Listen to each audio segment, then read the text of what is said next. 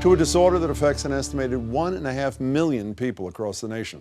When we talk about autism, it's often as it relates to kids, and there are a decent number of support programs for them. But what happens when those kids become adults? As Stephanie Leyden tells us, it's a question which both families and policymakers are struggling to answer. Figuring out what's best for his son Andrew has never been easy for Michael Meyer. Remember her? Who was Mom. That? No, that was Nanda. I think it's very different for a parent with an autistic child. Many nights I would just wake up and just wringing my hands, just worrying, saying, what's going to happen to him when I hit the bricks? A worry that grew more pronounced as Andrew approached his 22nd birthday and aged out of the public school system into an uncertain adulthood. The options are limited. Andrew now lives in a group home and 3 years ago became one of the first people to enroll in this day program in Danvers, geared specifically to adults with autism. Use 2 hands.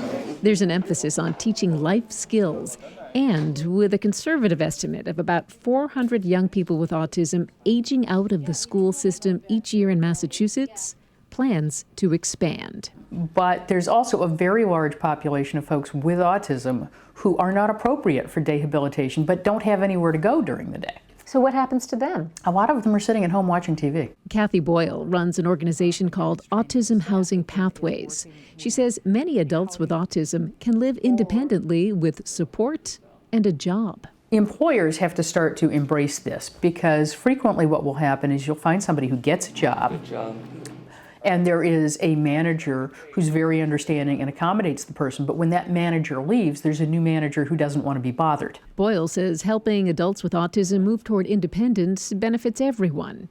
Not every adult with autism needs an intensive program like this one or will qualify for the funding that covers the $60,000 a year tuition. What do you do after this? But for Michael Meyer, it offers something he's long wanted, peace of mind. Stephanie Leyden, WGBH News. Kathy Boyle estimates more than 400 people age out of autism assistance programs every year and believe based on trends that number will double in the coming years. Joining me now are 2 people with a great deal of experience in the area. Susan Senator, author of a great new book, Autism, Adulthood, Strategies and Insights for a Fulfilling Life. Nice to see you, Susan. Jeff Kielsen is the former Assistant Commissioner of Massachusetts Department of Developmental Services. Good to see you both. Your book is written to, in part, allay the fears of parents whose kids become adults. You have a son, Nat, who's 26 with autism. Right. Despite how much you know about all this, were you one of those people who had those fears? Yeah, I mean, that's why I wrote the book.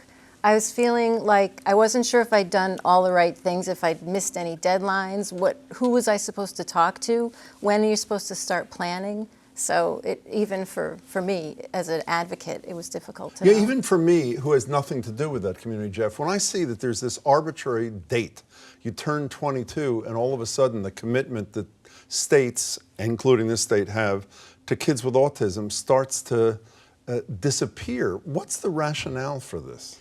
Well, what happened is, in Massachusetts it's 22, and some other states it's 21 when people leave public education. And in Massachusetts, back in the mid-'80s, there was Chapter 688, which mandated a transition plan to try to make this transition smooth from public education to receiving social services.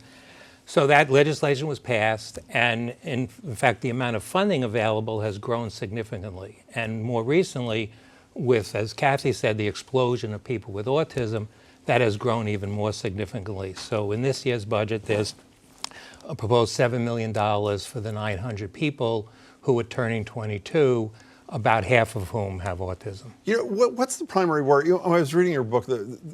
There's a great thing from your son, Ben, is it Ben, who turns to you when you say, what's up or something bothering, whatever, and he says, I'm worried about what I'm going to tell Nat essentially when you die. He doesn't use the word die. Is that the greatest fear that you have? You're just not going to be there to attend to these things. It's the greatest fear, definitely. Because you can't find someone who is going to love your kid the way you do. So you have to try to keep that in mind and look. I'm always kind of on the lookout for caregivers down the line. It could be a relative, it could be a neighbor, someone who's going to step in at the end. Okay, so while you're still with us, Susan, what are the greatest challenges you talk about in your book that parents of kids, now adults with autism, face? I think the biggest challenge is probably finding a worthwhile day program, what they're going to do with their day, because until you're 22, you have school. So you have that full day going on. But afterwards, you've been trained for lots of things from school, but what are you going to do with it? Are you going to be able to keep your job from school? Probably not. So how do you get a job? How do you get support for the job? How do you get a job? Well, you can work with a service provider, a service providing organization, and there's many of them across the state, and they have contacts with the community, and they can get your son or daughter a job. What's the unemployment rate for adults with autism?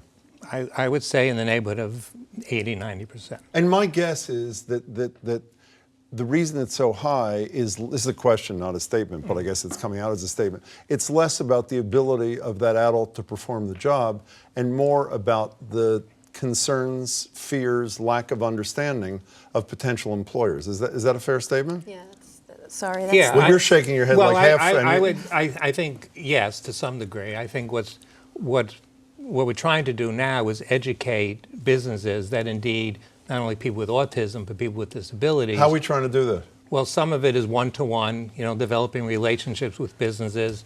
There are companies like Walgreens that have provided incredible, and Wegmans that have provided incredible commitments to hire people with disabilities, but it's a long road to haul.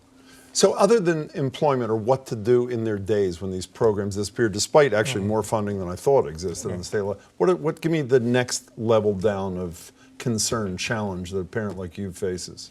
Probably finding a caregiver, someone who you can trust to work with your adult child, someone who wants to work with an autistic person, someone who's trained and willing to work at a very low pay.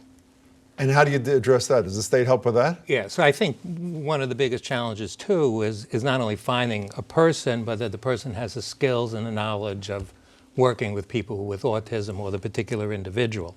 So there's been a lot more outreach to local community colleges and colleges in terms of both the state and providers like Advocates, the one I work with, and other agencies to try to get into the colleges and work and train people and working with people with autism. You know who I think you should train? I only got through a third of your book, so maybe this is covered. You should train me.